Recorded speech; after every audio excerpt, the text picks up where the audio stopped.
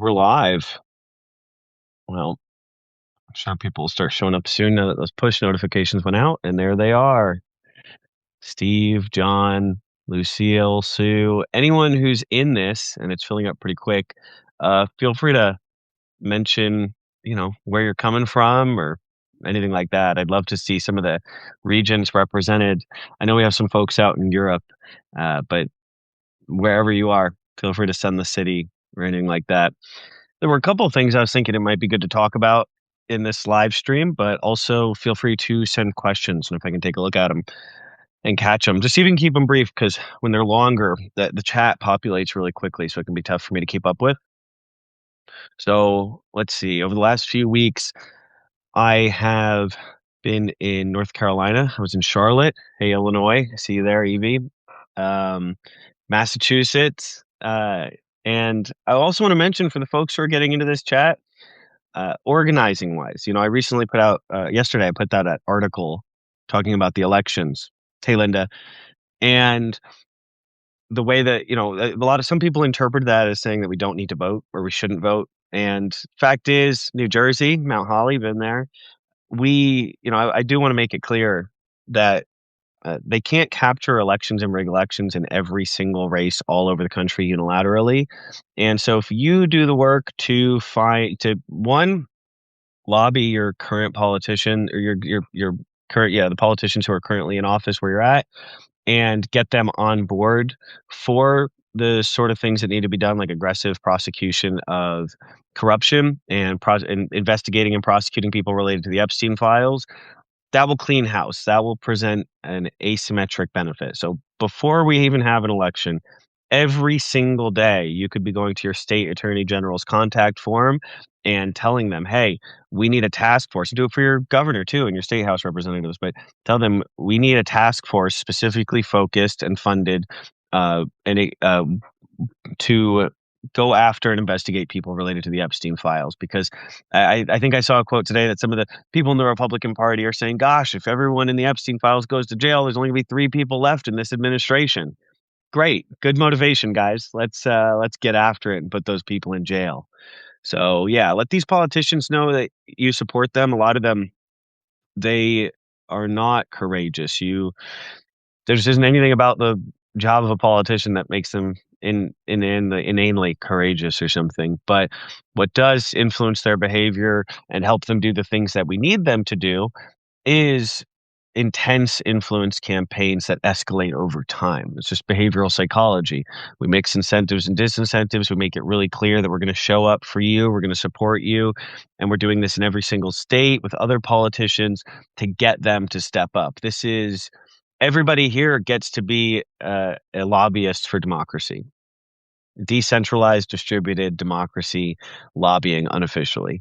You get to schedule meetings. If you can get 4 people together, it's pretty easy to get a meeting with a lot of politicians. And all 4 of you, you bring pieces of paper and you educate these politicians and you're like, "Look, actually, we're not here for you to tell us what you're about. You're going to listen and then we'll go from there."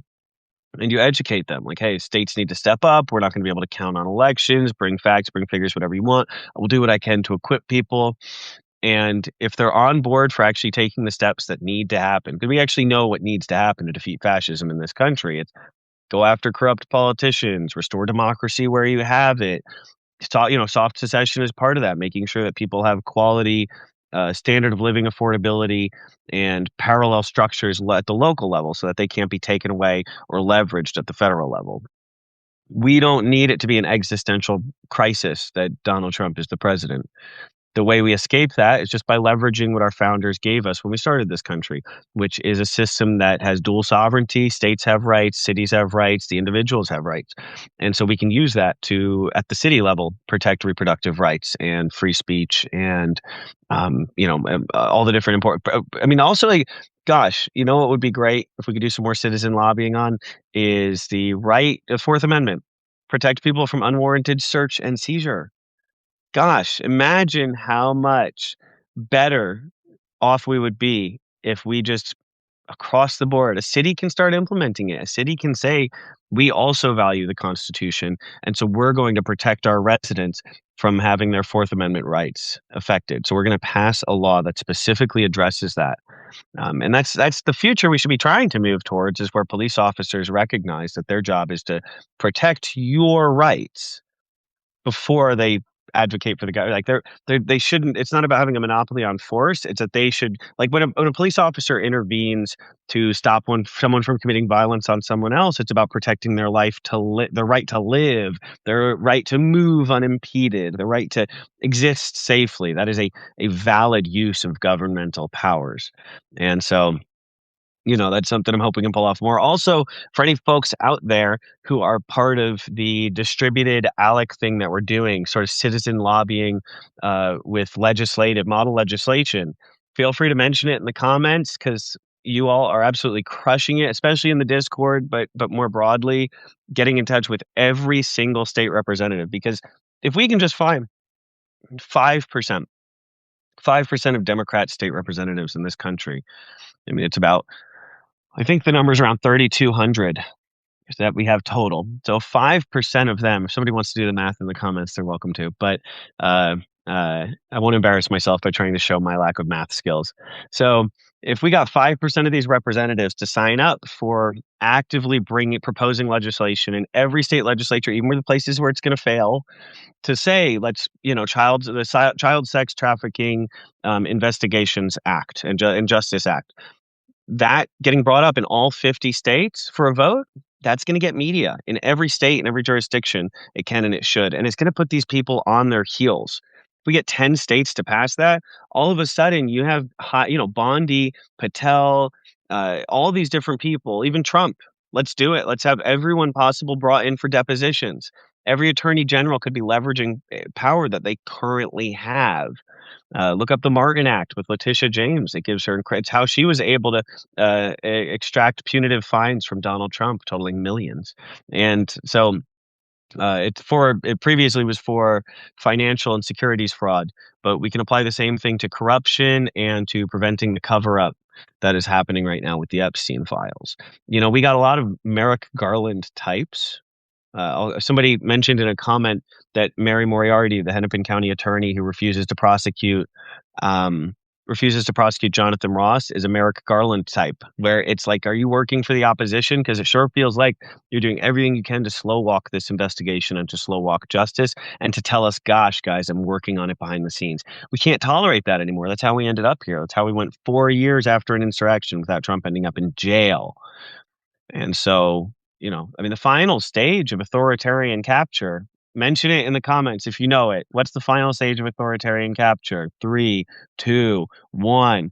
Capturing the courts. How many people here feel like the courts are captured?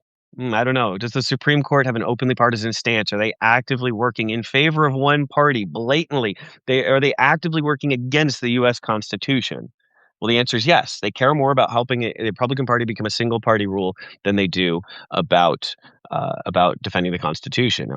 I think every single person here, please talk to every politician above, below, sideways from you, and say, at what point is it the right move to nullify the Supreme Court, to ignore their rulings? Is it when they've blatantly, they stole an election in 2000. They said, stop counting the votes because our guy's winning. What? How the fact that again, we're paying, every day you don't do the work in a democracy, the work gets heavier tomorrow. And so we have failed in a lot of these cases because they weren't egregious enough. They weren't intense enough. And also there's a deep desire to keep things stable and to feel like, no, we haven't fallen to authoritarianism. We just got to run the old playbook, but run it better. And there's so many people putting their heart and soul into running the old playbook better. And I appreciate them, and that work isn't for nothing. But we need to make bold moves in directions that we have never made before in this country. We get to be a democracy again when people start using their authority to put criminals in jail. The highest level criminals in this country, billionaires, all the oligarchs, politicians. And there's a really good thing and I'm telling you, this is a thing. Communicate this to your representatives today. Is nobody can be above the law if we are to have a democracy. That's just the fact. And so they should use. It's not an acceptable answer to say, this is the Department of Justice's job. But yeah, they are captured and they've been purged for loyalists and good people have left. And I mean, they already did the purge. 2025 went through. And it's loyalists, it's people who are there to sweep things under the rug, and even whistleblowers aren't heard or acknowledged.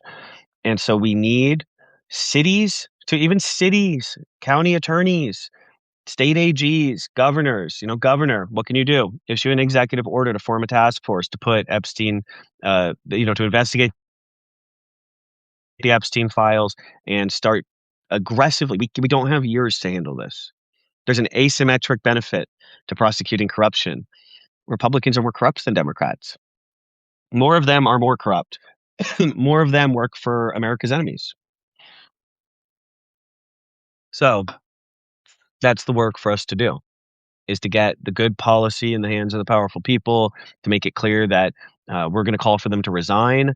I don't care what letters next to your name. I think that we can do the work of making progress when we make it clear that you are my ally if you fight authoritarianism, and you're my enemy if you don't. And if you come over to the right side, you get to be my friend again. And if you switch over to the wrong side, you're my enemy now. And I saw somebody mention this will hold and their awesome Epstein post, and I also saw that this will hold mentioned investigating Musk in the 2024 election. So the A Bribe is a Bribe Act is another piece of oppositional federalism model legislation that the existentialist Republic team has created. If Pennsylvania passed the A Bribe is a Bribe Act, they would actually be able to investigate and prosecute Musk. I almost said Donald Musk. Prosecute Musk for what he did in the 2024 election. I would guess other states would be able to do it too. I think Ohio as well. Influence peddling by any common sense definition. And so it can be done, and we can do it. And you can elect a firebrand to a state house seat. You can. If you got people running for any office, for dog catcher, city council, I don't want to hear how you feel about zoning laws. I want to know how you're going to use your power to keep ICE out of our communities, or to make sure they end up in jail when they harm the people of our community unlawfully, when they break our constitutional rights. If we can't rely on the Supreme Court to defend our rights, then I need to know what you as a city councilman or a state house representative or state senate representative are going to do. And I will not accept, I don't know, wait for the next election, or we need to wait. No, you need to go. Please resign so we can get somebody ready to get the job done in there. And so anyway, that's just some of the stuff that I wanted to mention about how we can get active, we can step up. If you're in this chat right now, please send me questions, comments, ideas, concerns, thoughts, motivational things. We have this power. That's people constantly ask me, am I talking to governors? Am I talking to AGs? There's I'm like 1 degree of separation from a lot of them. I also don't really have an interest to actually. Swalwell's good. I like Swalwell. Thank you for the question, Elsie. Although maybe there's something I know about, but what I know about him, I like. And so, what I want from you guys, thank you, Suzanne, is, we are the citizen lobbyists. We step up, we get the work done. And you know what? If the federal government wants to override our zoning laws, I ask you to remember what happened with cannabis legalization. That's one of the funny things when people criticize like soft secession or tax, tax remittance or that sort of thing, is they say it's unconstitutional to do X, Y, or Z, and it's like, so wait, no matter how ridiculous of a policy it is, we just got to be on board. No, we got cannabis being illegal was ridiculous, and so a bunch of states said we're just going to make it legal anyway and regulate it, and they built entire government structures around something that the federal government said we can't do. We've already done this. We've already made policies that the federal government didn't like. We already they there were issues early on with them busting in and breaking up grow operations or whatever. But the cannabis industry is a huge and legitimate industry because states stepped up and did it on their own. So let's just enact good policy. That's soft secession. Enact good policy at your level. And so, I saw someone said they sent emails to Newsom. Thank you. And a phrase I encourage people to be able to use is states' rights, not just for racism. States' rights is for protecting, like I said, reproductive rights, our right to free, from protection from unlawful search and seizure, and right to free speech. Every time an ICE agent slaps the phone out of someone's hand and beats them and throws them on the ground, uh, they're trampling your First Amendment rights. That is the point where a police officer that should be their job. You work for the city, let's say, your Minneapolis PD. You represent the people, not a federal government that's actively harming its community, it's terrorizing its community. And by the way, almost 2 dozen states have anti-terrorism statutes that, actually, if you read the letter of them, ICE, their activities qualify as terrorism under those terrorism statutes. And so I wrote an article about that maybe in the last week, and I recommend you can send that to whoever you want. But we need to open the conversation. Like every time you talk to a representative and you say the Republican Party is a criminal organization, that's their primary job, is to influence, peddle in exchange for money, mostly funded by America's enemies and bad actors. And they are in the image of their leader, and they're all complicit. This is so much deeper than Trump. And you normalize that conversation, and that's what we need to be doing, because they're not gonna say that on MSNBC. They're not gonna say, "We need investigations into corruption so that we can put these people in jail." And the same thing goes for people who are on the news. Look, if somebody hands you money to run into a burning building, or sorry, hands you money to run into a non-burning building. I gotta get my metaphor right. So somebody hands you money to run into a movie theater that's not on fire, and it's not on fire, and you say, "Oh my god, there's a fire," and people trample and get hurt and blah, blah, blah. You are held responsible for that, and so is the person who paid you. Now, why would the same not apply for somebody who gets on the nightly news or who's on a podcast or that kind of thing? We can investigate if you are receiving money from America's enemies with the intent of sowing discord and disinformation to harm America and Americans. Why wouldn't you put those people in jail? And people say, "Oh, but what if the bad guys do it?" Bad guys are going to do whatever they want. You can't let that get in the way of truth and justice. Right is right, even if the other side says, "Well, I think you're wrong." Okay, well, too bad, because we're right. So we're just going to fight for what's right. And otherwise, you just never get anything done. And also in other places, as someone just mentioned, they're freezing passports and investigating these people. We should be leading that charge. Go to your representatives. We can be investigating. God, imagine just if 50 states were all investigating the Epstein files, and then you'd get obstruction charges on people. We could clean house in the FBI and the DOJ and get rid of every Trump sycophant, because why shouldn't we find everybody who's obstructed justice to protect the giant pedophilia crazy network? Why shouldn't we? Let's find every single one of them and put them in jail. States can investigate this and prosecute it on an expedited timeline. They can put resources into it, and they can use money that's seized to pay for the investigation and to help the victims. We can do that right now. How do you make it happen? You can't feel powerless. We are not powerless. Somebody mentioned class action lawsuits. Do it. Go ahead if you want. Actually, it's part of the mosaic. But I'm interested in handcuffs, not civil suits. That's what we need. So, how do we do it? How do we get it done? Don't feel helpless. Do something. Be a voice in their ear. Every time that you send a message to a representative, you're normalizing a conversation. You're showing them that this matters to their constituents. And the more persistent you are with that, the more you get counted, because they say to themselves, "Oh my God, this person represents your enthusiasm." Represents a degree of their constituency. So when they have one person who's really loud about something and showing up all the time, they think, "Okay, well, this might be 10, 50, 100 of my constituents." And then when they see 4 people showing up all the time, they're like, "Well, this might be 500 or 1,000 of my constituents that are represented," because there's a hierarchy of participation that they view, and they actually use that to calculate and measure how many people are involved or how many people are interested in a specific topic. They are weather vanes. They're just trying to figure out which way the wind is blowing. We are the wind. I can't be the wind by myself. Like I said, people ask me, "Are you talking to governors? Are you talking to AGs?" They read my work, but frankly, I I don't really I'm just not that interested in talking to governors right now. I want you to talk to your governors. I want thousands of yous, tens of thousands of yous contacting your governors, because that matters more than one guy who's got good ideas. I'm not gonna change their minds. They're not just gonna say, "Oh my god, you're right. Let's do this immediately." No, it takes a type of courage that they're only gonna get from voter pressure, when it is really clear that this is what their constituents want in a big way. in a way that makes them more scared of us than the fascists. That's when it happens. There isn't a magic conversation that changes their minds. I mean, maybe if I was a billionaire, but it's this only happens if it's us. That's all. If it's all of us. So we get to be the wind in the sails. That's what we get to do. We're all just a little, you know.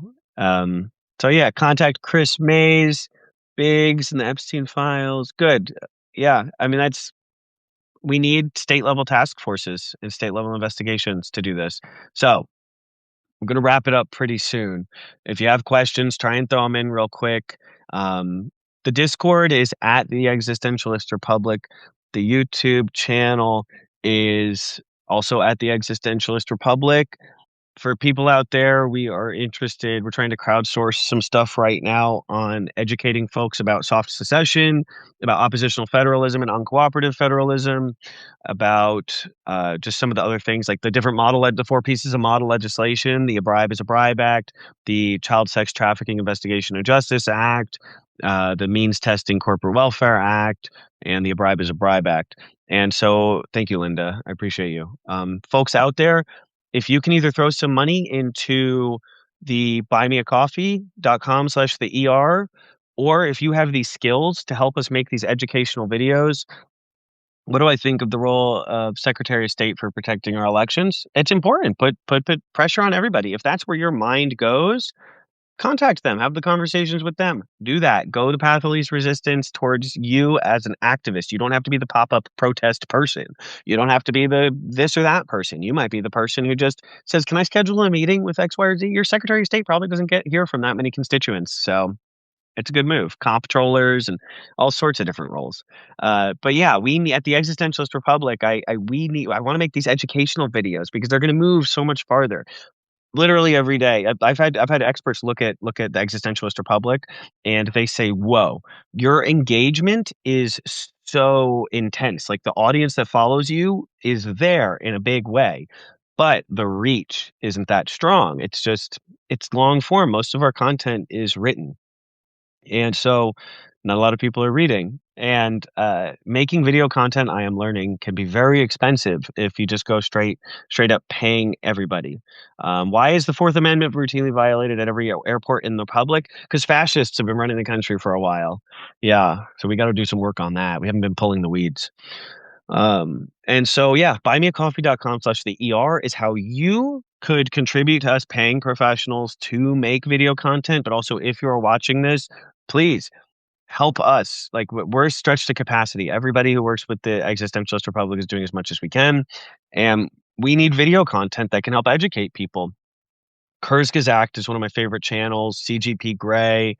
Um, we don't need, we it just need, I mean, I don't know. This is tough and we're figuring it out. But if you can contribute financially or with your skills towards helping us make educational videos that can go far and wide about how we fight back against authoritarianism effectively in the United States, please do. It'd be awesome. Also, some people, they just, a way you can help is you go to the existentialistrepublic.com and you can buy the Uncooperative Federalism and You booklet that's out now. That's 96 pages. I think it's only 15-20 bucks. And we do that in-house. If we were doing it through Amazon, we could do it cheaper, but we handle a ton of stuff on our end and go through a smaller vendor. So, that's I think it's really good though. Uncooperative federalism. It's a whole new model for using existing precedent in the United States to combat authoritarianism. And then we also have the Intro to Soft Secession. Those have been sent to a lot of people. And we also have the Grab Them by the Ear, How to Get Politicians to Do What You Want, which is the Existentialist Republic's Educate, Activate, Recruit, Repeat model that you guys have probably, some of you have heard me talk about a lot. And so, and also if you're here right now with me, follow Bashir Ali on Substack. I'm asking you guys to do a lot of things. Sorry. But Bashir's my brother, and he's the other Existentialist Republic writer now. And so, you know, let's see if we can. He also his stuff's really really good. I mean, you should hear us argue because that's how a lot of my skills have been developed is just by arguing with my family in good ways, like arguing with people you love in healthy ways, although sometimes loud, but just because we're from New Jersey, not because we're mad. So anyway, anyone have any party? Bashir, Basheer. When his family, or he has a different father. When his father came over, they spelled it wrong. Bashir Ali. Yeah, Basheer. I call him Bash. That's what I always grew up calling my big brother. And so yeah, Bashir Ali. That's my big brother, and he writes awesome stuff that is very relevant. He has a background in marketing, digital media, and I'm trying to help him write a book about the walled garden and how it turned the United States into a monarchy. I think that's pretty fun. Thanks. This will hold. I appreciate you. And maybe me and this will hold could do like a live stream or something together soon. I'd like that. Kim Slocum. Love your comments. There are people here like Kim who like Dr. Bashir. He knows about Dr. Bashir. When any veterans, yeah, thank you. Hey, veterans, wait, did you say you're 18, bro? I daydreamed about becoming 18 Delta. I was Air Force, but I wanted to switch over and try out and try and become an 18 Delta. So, veterans, please especially reach out to me. I love hearing from veterans who hate fascism. And so, yeah, I love seeing a bunch of LC. Like I see you guys and I love reading your messages and hey, Bob, thank you. Kimberly, I love seeing your messages and that's why I do a little heart because it's a lot of messages to type a response to, but I do a little heart, LFG, Navy vet, because I want you to know that I read it and it fuels me and we are the wind, we are the wind. So yeah, anything else, gosh, thank you so much, Elsie. This only works because of us and this community. Appreciate it, Mary. That we're just a team, you and me and the 171 other people who've tuned in. And yeah, please everybody, you if you're looking for somewhere to be, appreciate it. You guys are wonderful. Hey, Republic Existentialist Republic T-shirt. Glad you got that, Kimmy. If you need, I'm busy, but if you're trying to figure out where your place can be in the mosaic of activism and what you can do, Karen, not a Karen, yes, uh, what you can do to win back our or to create. I don't even say win, but to create it. Any good questions for candidates? Do you believe the Republican Party is a criminal organization? And do you think that we should investigate criminal organizations and put them in jail, not just like take 4 years to investigate them and then say, sorry, they're president now, so we can't punish them? Georgia, by the way, thank you. Georgia had a RICO investigation against Trump and canceled it because he's the president. And it would be hard to put a president in jail, blah, blah, blah, even though other countries do that. Garbage. That judge belongs disbarred and booted for that. But that still is the proof of concept. We don't need a DOJ to do this. We don't need an FBI to do this. We need and look, I'm actually seeing this like I need a better term for this, like but trickling up kind of social change. So that's part of why so much of my work actually is I'm not interested in talking to governors. I'm interested in talking to the people because the change happens as we start talking. Okay, our city council members and we've got a bunch of firebrands on city council and they are ready to impeach or remove anyone from office who will not prosecute criminal activity from ICE agents or federal officers and by the way, for folks in Charlotte, a bunch of Epstein stuff apparently crossed through Charlotte. That city could be launching its own Epstein investigation right now, as could the state of North Carolina, as could every other state. But yeah, I mean, ask them, are you willing to openly say the Republican Party is primarily a criminal organization and a threat to our democracy? They're actively working against our democracy because I want to vote for people who are honest, not for people who are involved in political gamesmanship. Because political gamesmanship is how we ended up here. Because people were elected and they said, I don't want to appear partisan, so I'm not going to hold people accountable. People who break the law, not going to hold them accountable because I don't want to look partisan. But they broke the law. They did bad things. And you need to handle that really aggressively. It's bad. We lost our democracy because we didn't hold the rich and powerful accountable. Maybe we never have, or at least we've never been good at it.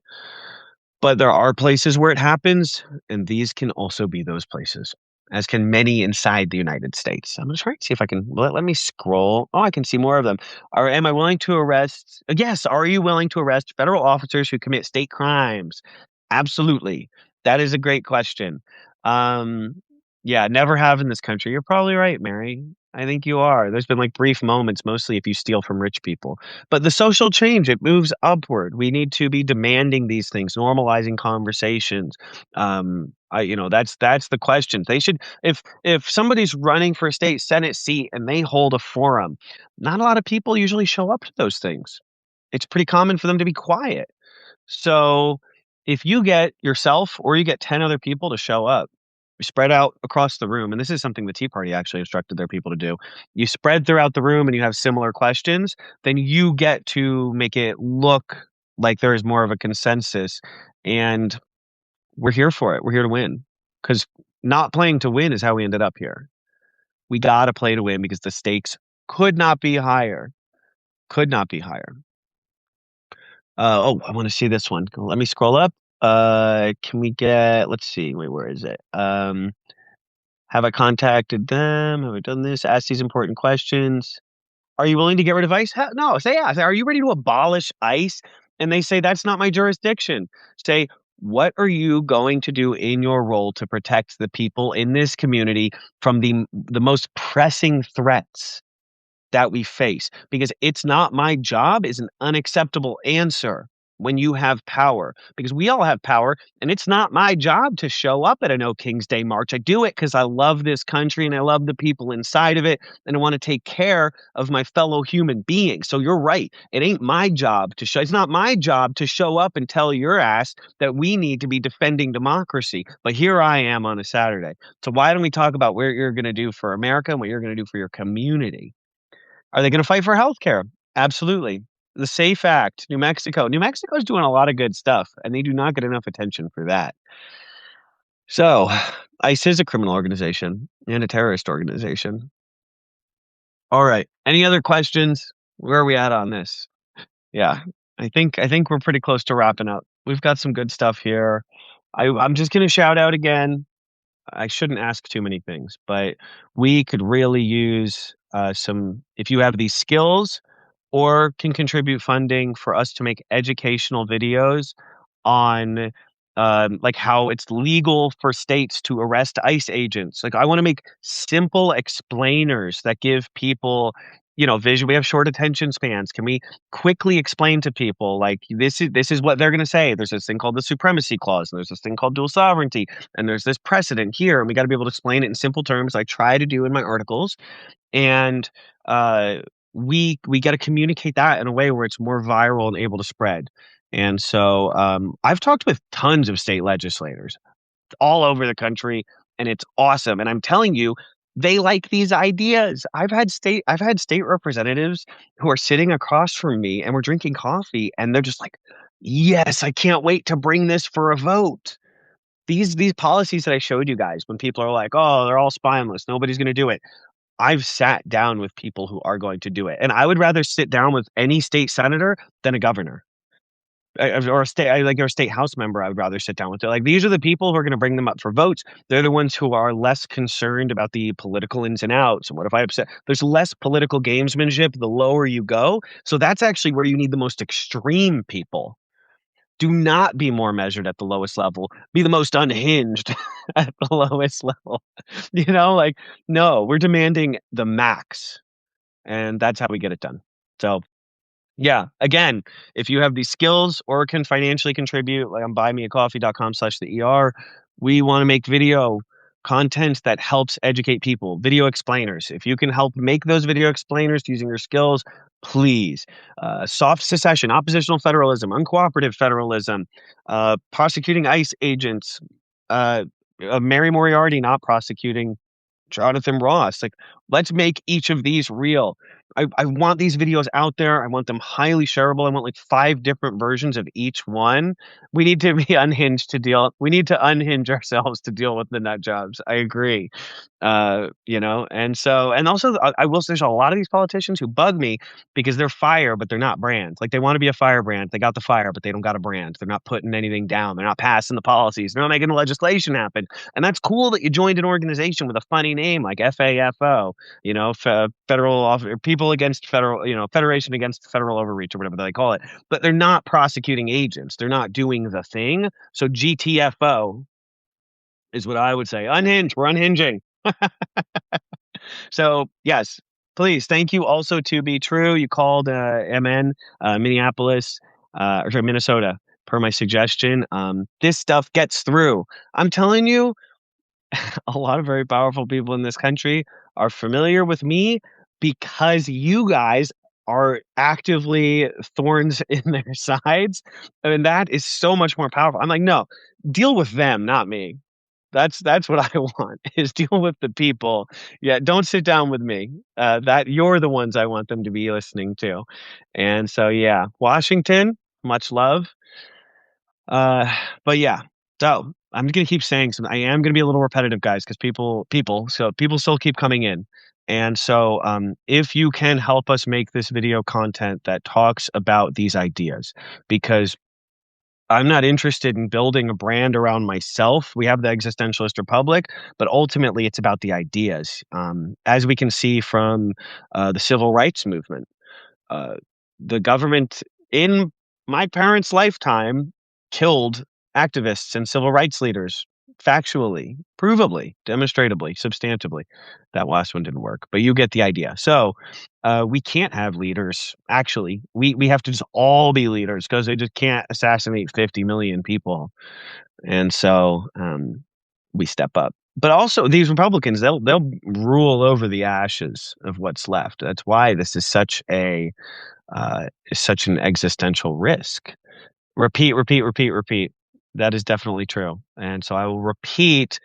Yes, video skills. Please. We need people to help make awesome videos that explain the ideas that have captured your attention and educate, activate, ooh, celebrate. I like that too. And so for Dead in Ohio, I was on a public radio show in Chicago, and the host, he was asking me, it was a few months ago actually. Yeah, and so before Renee Good and all that. He said, "You don't really think the military would ever turn their guns on civilians?" And I said, "Well, there was the whole Ohio thing that happened, like in your lifetime. You were in college when that happened." And he was like, "Oh, well, what about," it's like I was like, We've already done the bad things as a country. Well, it's foolish." What's that book? It Could Never Happen Here. I think it was called. I read it when I was a lot younger, but it's been a long time. But just how people think that we're not Nazism and all those sorts of things that couldn't come here, but it's delusion. Bad things are here. Bad things happen, and most humans alive, Kent, thank you. Uh, most humans alive live under authoritarianism. That's just a fact. And so what sites or repositories do I use for my research? I don't know if that question's for me, but I'll answer it. I use Google, no, what's it called? The Google Scholar I use a lot. That's one of my favorite places to get information. And I just I mean it's really a lot of Googling, I guess. Yeah, that's really what amounts to it. I like to read and learn things, and when I find like a little interesting fact, it's like it's like this thing I want to carry around and I want to show to people. And for some reason, my hippocampus does me some favors about remembering those sorts of things and being able to pull them up, probably because I like it. And it's interesting to me. When am I going to get a PhD? I almost did enter a clinical psychology PhD program at one point. I have thought it'd be good to get a law degree. My master's is in Homeland Security, but that is I don't know. My mom would probably love if I got a PhD, but I'm just it'd take away from a lot of other work right now. But I don't know. Maybe I thought before if I just publish enough research, maybe I can get an honorary PhD. So maybe at some point I get to do more research because I love research. I actually led a study. Here's everybody who's watching this. You get to learn anything about me that you probably don't know is that I led a research project about a year and a half ago, where the I think what it came from something I saw when I was a law enforcement officer, which was that more highly you rate your your self perception of your deception detection abilities, the better you think you are telling if someone's lying, the worse you are at actually telling if someone's lying. That was my hypothesis based on what I saw as a law enforcement officer. As I said, the guys who come in and they're like, I always know if this, I can tell if someone's lying. I know. They were worse at it. Although that confidence often meant innocent people getting in more trouble and having their lives damaged more. And those officers were rewarded for having higher close rates, and ultimately, if a case was overturned or a person was wrongfully convicted, it never came back on them. There was a benefit to having false confidence as a law enforcement officer, and for a little bit, I was trying to actually teach training. I built a training module and was trying to find jurisdictions to teach it to help officers and get rid of this bias, and so to make them more effective at investigations. And so uh, I said, okay, well, I should have a study to back this up for the training. So, what I did was we got 200 participants and we put together a series of videos. And these studies, these videos were in several categories. It was real video of someone who was giving a false confession, a true confession, a false a false admission of guilt, or a true admission of guilt. Or sorry, it was false confession, real confession, false denial, real denial. Those were the 4 categories. And so, those were the 4 categories we researched. We got 200 participants. Some of them were law enforcement officers, but I wasn't able to get enough law enforcement officers to have a large enough sample size for it to be worth it. So I expanded beyond that. We had a series of questions that were just like, how good do you think you are at telling if someone's lying? They had a pre-survey and a post-survey. And what we found was you are much worse than chance than a coin flip at lying, at detecting lying, if you think you're really good at it. Now that isn't there are outliers. There were people who thought they were good at telling if someone was lying, and they were good at it. But here's something that's interesting. The people who were the best at detecting deception did not use nonverbal signals. They actually used the words people said.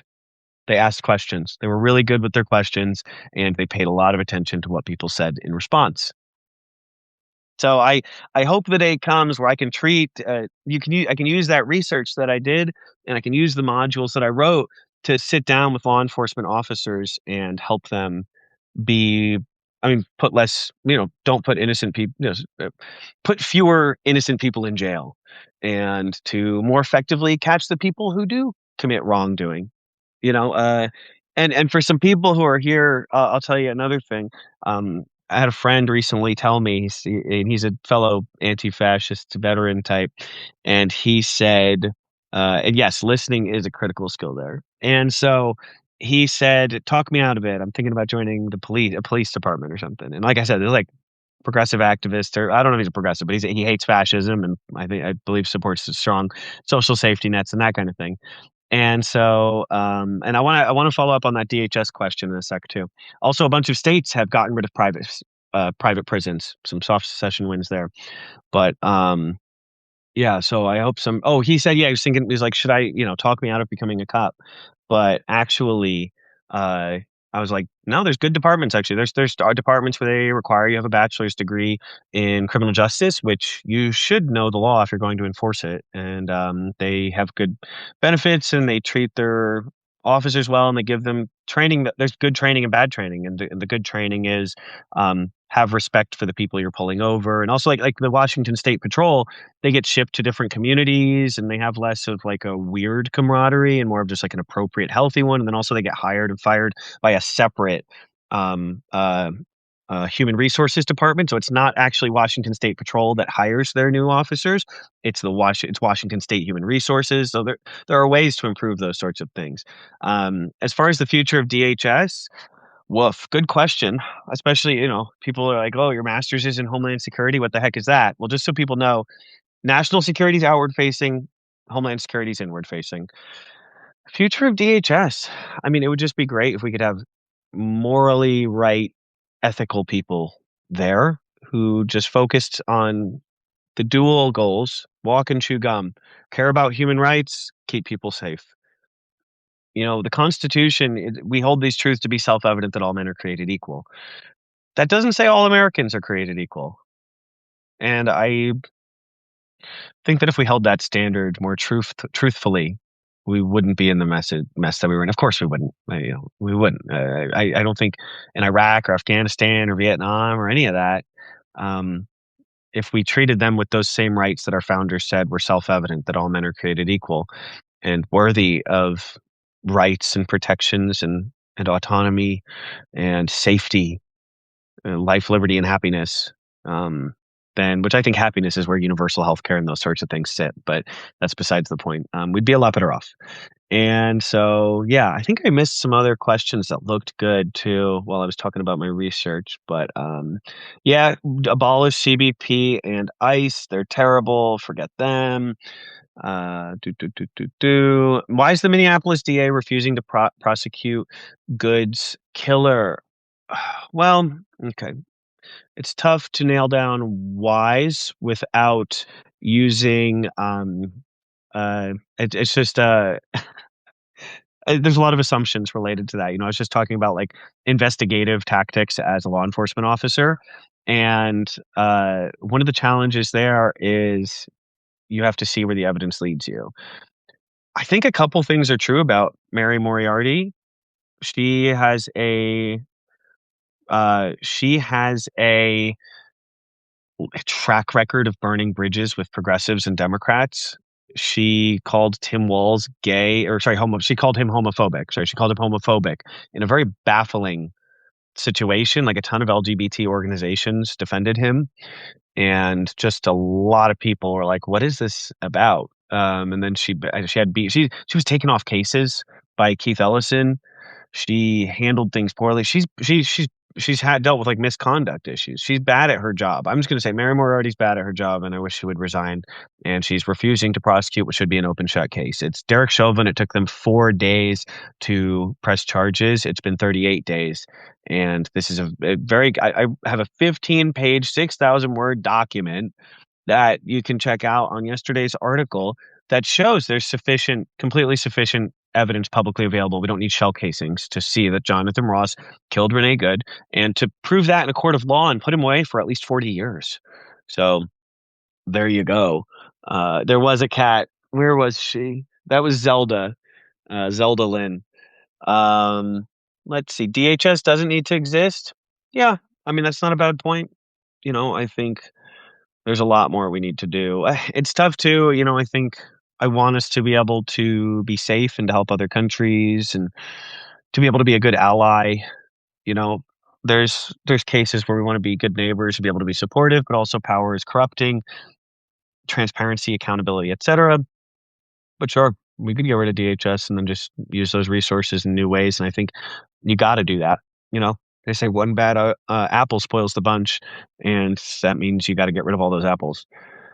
So the militarization of our criminal justice system, that is absolutely, you're completely right that that's a problem. As for the fear thing with Moriarty, probably, I don't, she doesn't want to be the first uh, person in this country, the first like attorney to prosecute Customs, Border Patrol, and ICE for, you know, kidnapping, murder, that kind of thing. She just doesn't want to go first, so she needs to resign. In fact, she's not running for re-election. You know why? Because I'm about to get fiery. She's not running for re-election because she burned every bridge with the Democratic Party and embarrassed herself so many times. So she, instead of saying that, she said, I want to focus on doing the job." Well, Mary Moriarty isn't focusing on doing the job. She's focusing on obstructing justice. So she needs to leave. She's awful. I was nicer about her 36 days ago, but part of her inaction here has led me to do more research on her background. Uh, she's bad at her job, and there's a guy named Matt Pelican who's running for Hennepin County Attorney, and he's really great, and you should check him out. In fact, it'd be really great. Is if you want to, on top of telling Mary Moriarty to do her job, you should donate money to Matt Pelican's campaign. And I'm sorry if I'm messing up his name, but you'll find him. Hennepin County Attorney candidate Matt Pelican. Donate to his campaign and then send that information to Mary Moriarty. But she's not running for reelection. Darn it! I just remembered that. Yeah, she's not running for reelection. So what does she care? Um, oh God, she just needs to leave the job so we can actually charge Jonathan Ross. I mean, I looked up all this stats. I put together a prosecution memorandum. It's solid. It's good. So you know, oh gosh, just an yeah, bad situation. Um, let's see, something hoping you'll learn. Good question. Let's see. I'm looking for more good questions in here. Not that there aren't a ton of them. I agree though that DHS doesn't need to exist by any means. Um, okay, let's see. Any other? Oh, video froze. Well, I hope not. Any other questions? GOP need to be fired, prosecuted. I agree with that.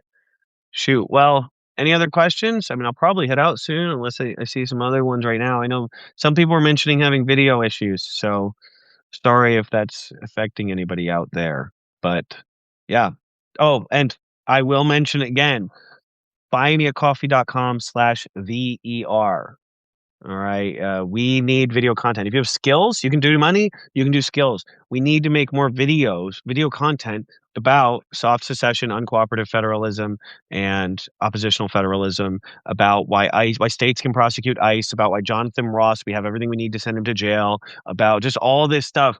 If you can help make videos, or you can help contribute money so we can pay, like we got this amazing woman who does like a bunch of work for HBO, but it's I mean, she charges $350 an hour to HBO, and she gives steep discounts to work with like pro-Palestinian groups and that kind of stuff. And I say, and like other like activist organizations.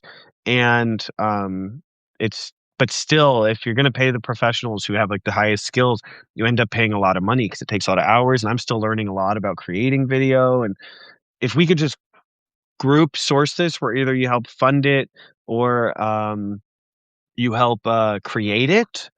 We just got to get these ideas out there, and you guys get it because you read the articles or you listen to them. But we need to be on more platforms with video content. So buymeacoffee.com/the ER. How do I research politicians? I just Google them. I mean, sometimes I'll call constituents of theirs, or like I'll get in touch with organizations that have endorsed them in the past. Endorsements are one of my favorite ways to figure out what a politician's about. Um, but yeah, I mean, because a lot of it's like looking for good sources. Is this just good primary source that covers an important thing? Are they biased? Are they this? Are they that? Yeah, voting records. I mean, that's probably the best way to figure out a politician's history. And that's I care about that more than anything. Uh I as far as I some folks mentioning running for office and stuff, um I I like this. I like going out and meeting legislators. I like the broader thing. When you run for office, your main job is to fundraise because it's just good luck winning without fundraising. Two, you can only work on running for office because otherwise you're doing a disservice to your constituents or potential constituents. And to me, the work that I'm doing right now of educating and training and advocating and writing this stuff, I just think I'm traveling the country. Like when you guys donate on Buy Me a Coffee or you buy something at the Existentialist Republic or you get a subscription, you helped me go to North Carolina and meet with state house and state senate members. You helped me go to Minneapolis twice to talk to representatives there. Um, you like in Washington State, I'm doing the same thing, but that's my home state. But I want to do some stuff on the other side. I want to get to Portland, LA. I want to go to a lot more New York. We're working on some New York stuff, but we kind of can only move at the speed of funding as an organization. And since we want to do more video content, I want to be able to like hopefully bring a crew out to do some of this. And so, you know, uh, educating, inspiring, helping, facilitating. Plus, let's get more women running things. I don't know. Some people might get upset about me saying that, but I you know, I'm used to.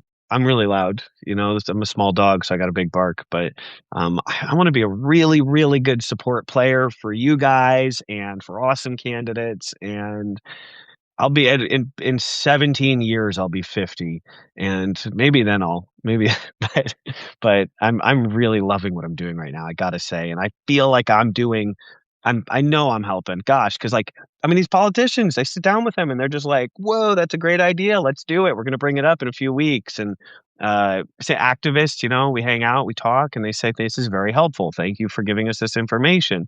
And feel free to help me get in touch with Lev because I spend most of my time. I'm doing so many things right now, but I put out feelers on getting a hold of George Conway or something, but um, I could be more proactive about that stuff. Really I part of how I get as much done as I get is I just fixate really well on the thing in front of me, which I mean, even when I travel and I'm meeting with reps, I'm meeting with organizers, and I'm meeting with activists and that kind of thing, I'm still writing because that's my primary income is what comes from the articles. And then I use that to fund the activism and legislative work that I've lost money. Like the more I work on the activism and the legislation and talking to representatives and going to them to have those meetings, the less money I make, even though I'm spending more. But that's okay. I don't say that as a complaint. I'm doing okay. I'm not starving. I love this work and I love what I'm doing. And truly, there is nothing else in the entire world I'd rather be doing than fighting fascism in 2026. I'm here for it. And so are you guys. You guys are here for it too. Thank you, American citizen. Um, I have you want to run against Kim Schreier? I mean, go ahead and do it. I'm here for it as long as you support the right things. Um, you know, uh, I actually there is another thing I'm working on too. I don't know if I've mentioned it, but like I think we're hopefully just a few days away from launching a political action committee, existentialist republic political action committee. So an intern would be awesome. That is a good idea. And so, yeah, the political action committee would be to help state level and lower representatives across the country and get them on board. Freezing again. I hate that. Yeah, get them on board for things like, hey, constantly I'm going to be pursuing, um, you know, the Epstein, putting people in jail over the Epstein files and that kind of stuff. And so, a bribe is a bribe. Like the oppositional federalism, people who are on board for the things that you like that bring you here, that's what the existentialist republic pack will be, should it happen, which I think it will in the next few days. So, yeah. Sorry to hear about some connection issues that very well could be on my end.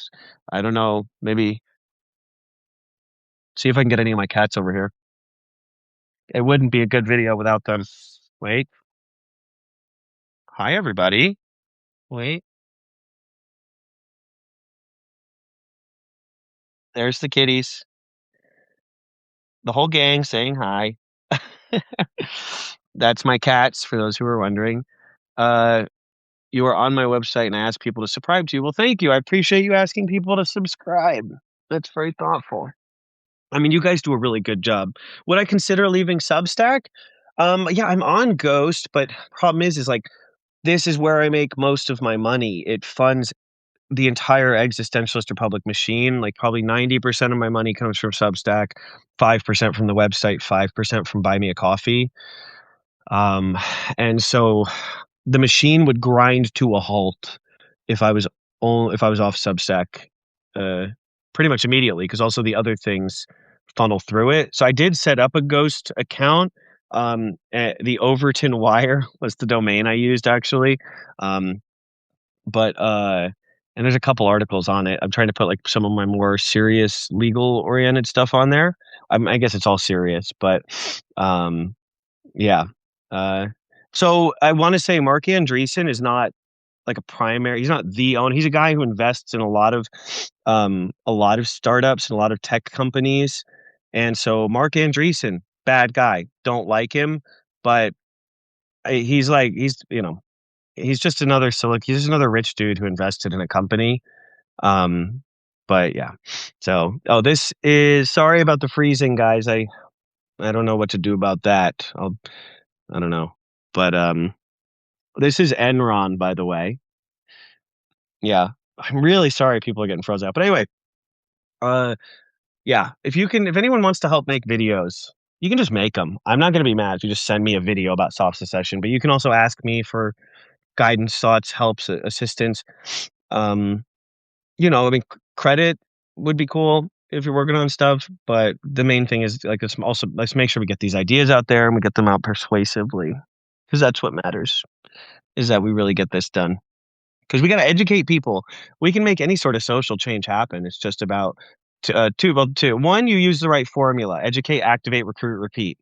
Teach people, get them doing things, um, recruit others to do the same, which I think is where most activist organizations fail.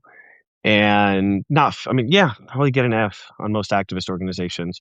Um, and because if you have, a few thousand members and only 10% are showing up, find something really easy for that other 90% to do that helps. That's really small that they can do for them from their living room. And then the other thing is frequency, duration, intensity. It's the principle for change in all organic beings. And so, what's the frequency you're showing up to create political change? What's the duration that you're doing that? And what's the intensity that you're doing it? And you need to dial those all in. And when you find the you know, right place to put each dial, which should also shift at different points, then eventually you have social change, and it really makes a difference. So.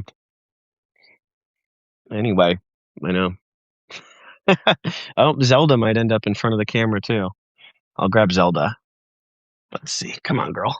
Come on over. There she is. This is Zelda. Um, Feel free to mention your cats in the comments too. There she goes. Oh, let me get Nandor too. Princess Nandor over here. Come on over, girly. Okay. Where were we? Maybe I should just do YouTube videos where I just hold my cats while talking about politics stuff. Where to post the videos to? You could DM them to me, or post them on the ER. Or, I mean, if you make a video and we could throw it on our YouTube channel, that would be awesome. That would be super helpful. Um, but also we can just share them. Uh, but I would like to build up the YouTube channel because again, this is just, I want to educate people so that they can act and educate and recruit others and build a social movement. And it takes time. Cat's named Bunny, good name. Kim's got Autumn and Gabriel. Um, Great cat names. I wonder what you could learn about people psychologically by what they name their cats. Something I like to ask people, just as a side note, is what their favorite Disney character was when they were a kid. And so cat videos about okay, we might need to do this. I might be up for doing cat videos where we talk about politics. Maybe we could do it as like an interview show or something. Like someone can help coordinate some questions, and I just hold my cats while answering them. Tom Hartman, our first live stream that we did together, his cat came around too. You went with the shelter names, Kim. That's nice. I like that. Mine had some really weird names, so I was not bored for them. But yeah, Instagram, educate the young ones. Yeah, I mean, I want to get through to guys more too. I think that there's the alt-right pipeline was very effective, and when you can get especially like disaffected young men who are just listening to Joe Rogan and they're like, I'm not very political, but I heard Trump is actually doing a lot of good things. You capture those guys and you just help them capture might not be the best word. You reach them and you help them understand human dignity and respecting others, and you also leave space for them to be a healthy masculine, developing young person. Like their gender identity is a thing even for like a young straight dude. And find if the only people talking to them are Andrew Tate and Jordan Peterson, then who do you think they're going to turn into? And so that is another thing I want to get involved in. But part of the problem well, not part of the problem, a challenge in my position is people bring me great ideas all the time, and I just can't. I'm physically, me and my team, we're stretched to capacity most of the time, so it's tough to fit new things in. So if you have an awesome idea and can help facilitate, that will help it happen. You know, but yeah. Anyway, I think well, I still see people joining. It's tough to leave when people are still joining. Unemployed, underemployed, young, angry men are how wars are started. True. True. Very. Um, I mean, I was one of those, they do need a lot of help. They do need good role models. Absolutely. I was a 19-year-old soldier on his first deployment on the Iraq border listening to Joe Rogan because I said I wanted to download things, and I enjoyed Joe Rogan for many years. And I also watched a lot of YouTube videos about how to build muscles. And it is wild how many of those people I was watching those years ago are now alt-right influencers. And that's their main thing. They're not even talking about, Rogan can't go an episode without talking about COVID. And the workout guys are all, just hardcore Trumpers and MAGA. And it's like, I should be able to like martial arts and fitness uh, without it being a way to be into Donald Trump for some reason. So that's more content that I hope we can create. And I mean, like I said, everything kind of moves at the speed of either people lending skills or people contributing financially, or just the speed I can do it, stretched kind of thing. 'Cause especially you know, um, like I said, I got to make sure I get articles out pretty close to every day because that's the main income thing that keeps this machine moving.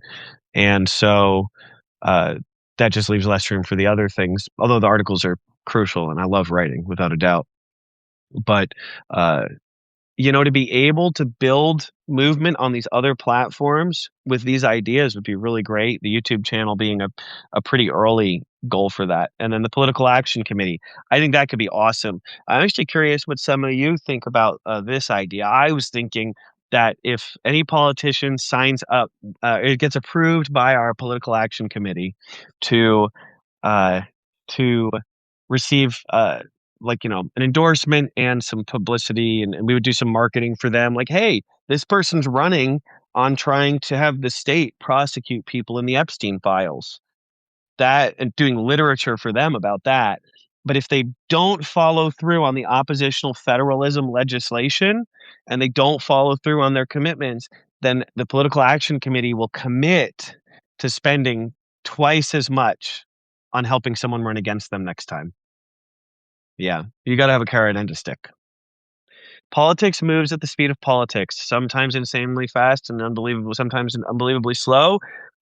Yeah, but the fascism seems to be the one that moves insanely fast, and the unbelievably slow one seems to always be progress, and I think that's a structural error. It's not an error, it's a structural, point of our system. It has been built to be so let me tell you what happens if Gavin Newsom wins the presidency in 2028, which there's a lot of presumptions between that and now. But let's just say that happens. Or whoever your JB Pritzker, whoever your person is. Um, they're not going to be able to get anything done because the Supreme Court will all of a sudden have a wildly narrow view of what the executive's role is. And just look at Wisconsin and North Carolina if you want to see how executives have been stripped of power. That's just what happens. Federal politics is done. Stop wasting our energy on it. Let's put bad people in handcuffs at the state level and let's protect democracy wherever we have it. And then we can leverage that. Look, I don't really care about the United States as a union. Staying together just because it's a union, that just doesn't matter to me. What matters is taking care of people. Incrementalism and careerism. You are absolutely right, LFG. Because a lot of these politicians right now also, they know that even if we are competitive authoritarian right now, they're probably going to keep get their they're going to keep getting elected in the offices that they're getting elected for. They'll be able to keep running for office. They'll be able to keep fundraising. They'll continue to get to feel important. And that is controlled opposition. And they don't even know it. They don't know that they're controlled opposition. Nobody's showing up and offering them money to take a dive. The system structurally creates that in competitive authoritarianism. So what do we do? Well, I mean, check out really the soft secession booklet, Intro to Soft Secession, gets a lot of attention, and I'm glad that it's done well. But I actually worked on and created oppositional federalism because I said, shoot, we need to fight back more. Like soft secession is we're going to really lock down what we have and shut out the bad guys. But oppositional federalism is like, no, actually, we can't let you guys get away with this. Like, it's not enough to just jump on the lifeboat. Actually, we're going to need to make sure we put you in handcuffs and toss you into the lifeboat as well. And we're going to take you with us and make sure that you face justice. And I think it actually will help us do one to do the other, but they all stack on top of each other as well. Um, and so, you know, yeah, 10 years before the Nazis spent 10 years trying to destroy democracy before World War II. And that's really, I think, like, if we don't the more the slower we are to face up to the reality of our situation, the more consolidation they're able to do in the meantime, because it's like, oh, cool, well, we've had 3 elections stolen now. Maybe we don't live in a real democracy anymore. Well, I got news for you. 2000 was a stolen election. They said, "Stop counting the ballots." Al Gore was supposed to be president. You know what else? There's people who say the United States. I need to write an article about this, so please click on it if you see the title, but I'm gonna spoil the title because 'cause I've been meaning to write this article. People tell me this country will never elect a woman. We've already elected women. Hillary Clinton won by 5 million votes. If we went with the popular vote, we would have a female president. 5 million votes is not nothing. And so, like, and Kamala, I think when it was finally said and done, she did have a lead on actual votes. I wanna double check that, but I'm pretty sure that that was the case. And so, we actually could elect women if we were just a functioning democracy, 'cause more than half of the voters did make that decision twice. So let's see, Supreme Court narrowed for only the presidency, correct? Um, so LFG, that's a good question, and I like the creativity on it. Um you could do it. Also, you could just have the president say, "I'm not gonna listen to the Supreme Court," because there's precedent for that. But gosh, isn't it just wild how only the bad guys are comfortable saying, "Make me." Like, they do it for racism. They say, "Well, the Supreme Court said that, but I'm just not gonna do it, and they can make me." The racists are allowed to do that. The fascists are allowed to do that. But us, we're not supposed to be allowed to do that for freedom, democracy, justice. It's like, "Oh, sorry. They said we're not allowed to have justice." No, I'm just gonna say, you know what? The Supreme Court, that's what the president. I would love for a president, a Democrat president. If you wanna take our country back as a Democratic president, you're gonna say, "I do not respect the Supreme Court's authority when they act in a blatantly unconstitutional manner."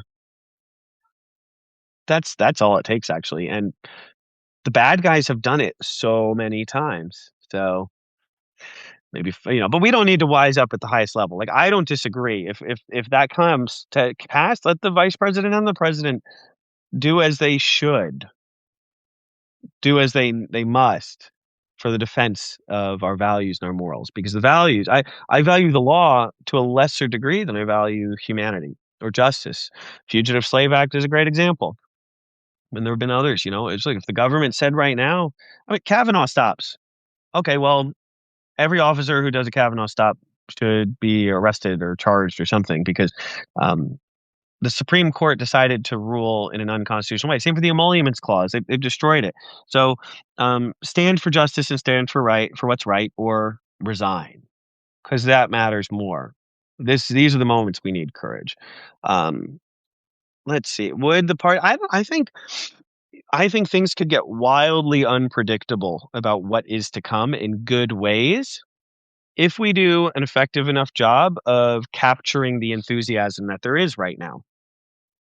How do we oust them? How do we get rid of the justices that are in the Epstein files, which is at least 2 of them? Every state can just open up investigations, and then just say they do the research. I mean, God, imagine Supreme Court justices getting pulled in for depositions in multiple states related to the Epstein files. That'll put the fear of God in them. Better believe it. So, there you go. Any cops who can talk about how a local arresting a federal officer, it ain't gonna happen. You're not gonna have a cop arrest a federal agent, That's just, but I think the pragmatic and effective route is to just have police officers stand in front of them.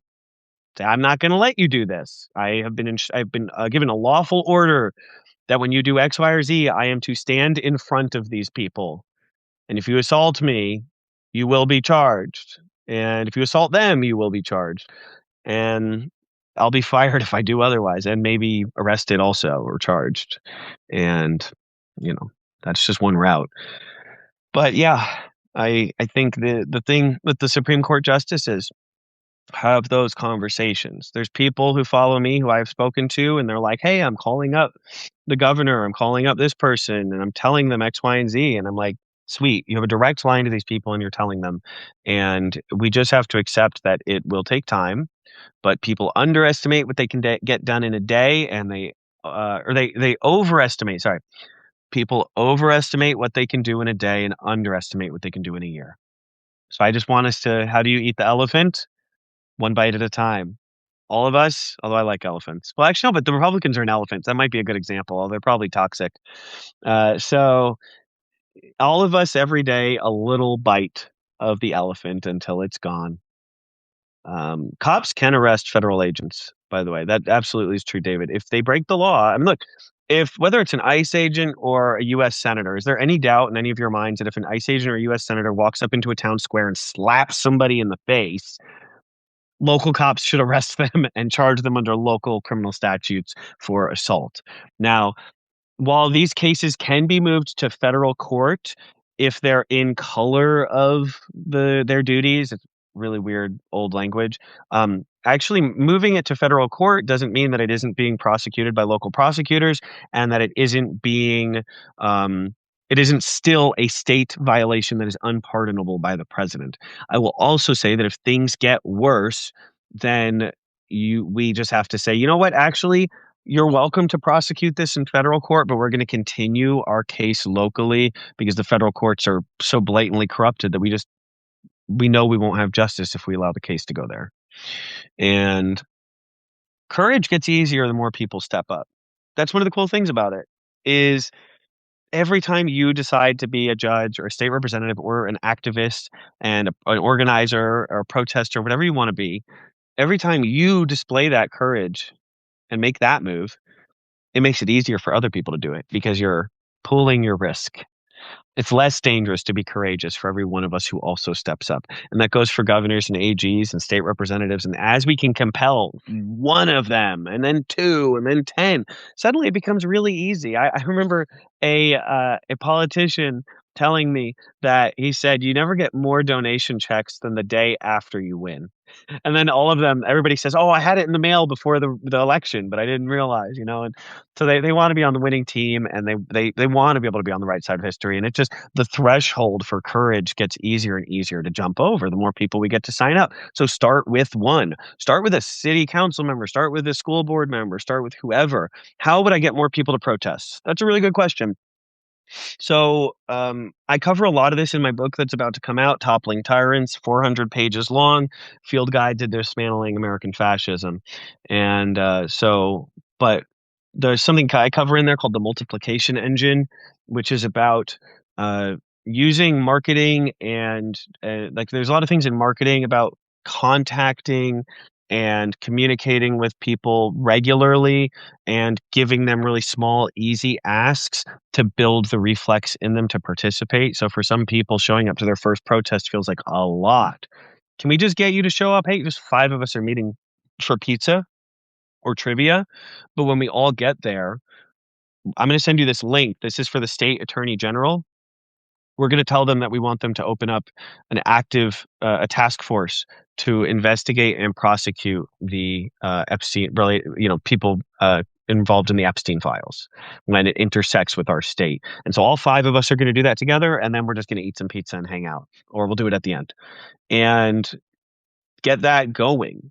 And then maybe it's 3 times a week. I told one organization something that'd be really fun that we're kind of workshopping is 3 times a week, a carrot and a stick email. So they have thousands of people on their email list who they just can't get to show up for stuff. So Monday, Wednesday, Friday, there's the carrot and the stick or one or the other. And it's like, hey, this politician did a really awesome thing. Here's 5 different ways to contact them and tell them you appreciate it. Or just this is a good politician. You could tell them, I like you. You're awesome. I'm in your district. Could you please do X, Y, or Z? Contact them in any of these 5 ways on social media platform you might have. Then the stick. Hey, this politician is not listening to us. They're not reacting. They're refusing to do their job. Here are 5 different ways to contact them to tell them X, Y, or Z. So, yeah, and I see David talking about how local police get trained by DHS, and I mean, we basically have a federalized police force and a military. They are effectively a military, and that's why I'm not worried about the Insurrection Act because we would be better off if the military was doing this than these ICE, guys. So There you go. As for a police rebellion, well then, if a police rebellion happened, all right, bye. You're all fired. We're hiring new people to be police officers, people who actually value the Constitution. It's gonna be tough. Bad things are gonna happen. We're in a position where you don't just get to have things go really smoothly. So your options are abandon the gamesmanship and do the right thing always immediately, or allow things to get worse. Those really are the two directions they go. So there you go. Uh, yes. Where are we? Fear rebellion, more good stuff. If we all refuse to pay federal taxes. Um, so I actually go really deep into depth on this in the opposition guide to tax warfare. You can find that at buymeacoffee.com/the ER for free in the shop.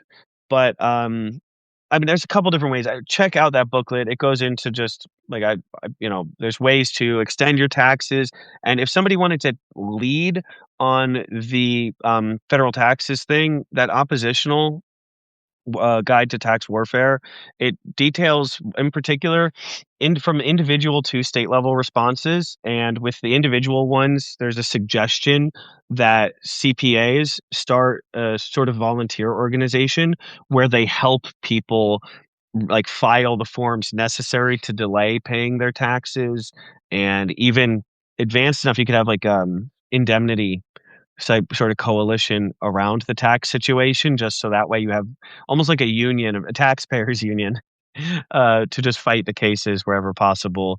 And that would be interesting. So opposition guide to tax warfare. We don't have a physical booklet, but it's free at buymeacoffee.com/the ER in the shop. So please plug in and recruit to the yes, folks, the Existentialist Republic, at the Existentialist Republic on Discord. Oregon voting, I just mentioned that. Join our Discord and help us create the distributed democracy ALEC. We are content. He's one of the top people. We have so many amazing people on the Discord, and it is a self-sustaining community that is contacting every single legislator in the country at the state level with the model legislation that we propose. And we are going to get some of them, even if it's just 5% of them who are hungry to pass these laws and bring them into Congress. It will make a difference. I promise you, when state houses have laws that just say we're going to create task forces to investigate and criminally prosecute any intersection between our state criminal code and the Epstein files, it will make a difference. When you say we're going to fight back against Citizens United by saying that you don't get government contracts or any subsidies or grants if you give money to political action committees or candidates as a corporation. No corporation can receive grants, subsidies, or government contracts if they give money to politicians or political action committees. If you pass laws like the A Bribe is a Bribe Act, which says that any common sense definition of bribery or corruption, you do that, there's criminal liability no matter what level you are. You could be a CEO, you could be a US senator. You do that in North Carolina, handcuffs. Those laws change the game. And so hop on the Discord at theexistentialistrepublic.com and join that, because you're going to be part of something special. You get up in there. I promise it. I promise it. Now let's see. Anything else? Existentialist Republic on Discord. That's it. Please go there. So yeah, Oregon voting guy is, I mean, I'm just so impressed with the caliber of some of the people in this community. Um, I really am. I feel it's it's hard not to get more and more optimistic as I see just people with so much fight and fire and sense of justice stepping up. And you'll feel that too, by the way. If you feel hopeless, thank you, Arlen or Arlene. I don't, sorry, Arlene. Sorry. Uh, If you feel hopeless, I know the exact cure. One, find some ways to be an effective activist that are small, like the whole AG form thing, or calling an office or sending them an email, and do that often. Two, join effective activism communities like here. Thank you. I appreciate it, Oregon voting guy.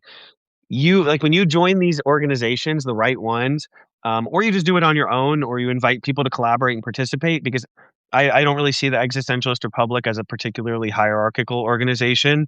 It's the idea is collaborate, participate, bring your skills, bring enthusiasm, but you can always be an operator of one. You can be an effective activist of one or two or three and come and go as you please in your own space and in the way you're able. And that is far more effective than any hierarchical bottom up organization because you see how people get locked out. And Indivisible is fantastic, by the way. Love that organization. But the two biggest reasons more activist organizations should do exit interviews because what I've found talking to a lot of people is the two reasons that they stopped getting involved were they found that the organizations could be gatekeepy or clicky or just too leadership was too controlling. And then the other reason, sorry, that's supposed to be one reason, gatekeeping. That's reason number one. Reason number two, that people don't continue to participate in activism or get discouraged is they join an organization and they say, wow, we had 5 meetings to do one 45-minute demonstration. And if you want people to stay active, they need to do 5 45-minute demonstrations for one meeting. You got to invert that workload. Although, like I said, the mosaic of activism, diversify tactics, have teams that are just on social media. If you have thousands of people on your email list for Indivisible, you should have hundreds of people contacting politicians daily saying, we want this, we want that. Are you going to do this? Are you going to do that? Banging on the door, showing up at offices, all of this, scheduling meetings, whole teams scheduling meetings every week, whole teams showing up on every social media post that they make saying, why aren't you doing this? We need you to do that. Stop giving us excuses. What else? Pop-up demonstrations at their offices, exert influence where it can be had. I think it's great that you show up where ICE is. Keep doing that, but also show up where Democrat leaders are because they can still be influenced, or show up where Republican leaders are, so you can drain them emotionally. You're not going to make them feel shame. You're not going to make them resign. You can make them hate their job, hate their life, and that will pull strength away and pull energy away so that they're not able to do as much evil. And it's something we need the red state and communities in Republican areas to do is exhaust these fascists, please. Yes, see, my formula is to help fund democracy forward, ACE, ACLU, Dem AG Association. The grunt work is towards the ER and using those materials to reach out to politicians and key leaders. Oregon voting guide. I love this. I really do. Gosh, over 300 people in this live stream. How long have we even been going? I suspect it's been a while. All right. Well, I should probably tap out soon. Anyone have any questions, thoughts, ideas, things you want to say? At the Existentialist Republic on Discord, please join it and help us contact every single politician, every single Democratic legislator in the country so we can find the 5% or whatever it's going to be that are here for it because they're just waiting to hear from you. They're waiting to hear these ideas and they are going to be just so enthused about it. And if you can contribute to helping us making video content on the things like soft secession, oppositional federalism, uncooperative federalism, the 4 different pieces of oppositional federalist model legislation, why we can prosecute Jonathan Ross, any of these things, make the videos. Feel free to send them our way. We could post them on the YouTube and give you credit, or you could just post them elsewhere and we'll share them. That's okay too. Just try to give us credit, the Existentialist Republic. And and me, a soft secession and oppositional federalism are kind of some things I've been working really hard on, and the educate, activate, recruit, repeat models and the model legislation that's part of the ER team. Million Call Monday, absolutely. We are all citizen lobbyists, and thank you. Yeah, if you can amplify any of this work, and if you want to contribute financially to helping, so I can fly around the country meeting and advocating for this legislation more, or just have more room for it, or also to help fund video content to educate people. Buymeacoffee.com/DER is a great way to do it, or the existentialistrepublic.com, where you can buy some of the books that I've written and some of the stuff that the Existentialist Republic team has put together, and also just journals and t-shirts and bumper stickers. And thank you all. I see your thank yous and I appreciate you. And I'm going to go get some food. I'm hungry. I'm going to get some dinner. So take care, guys.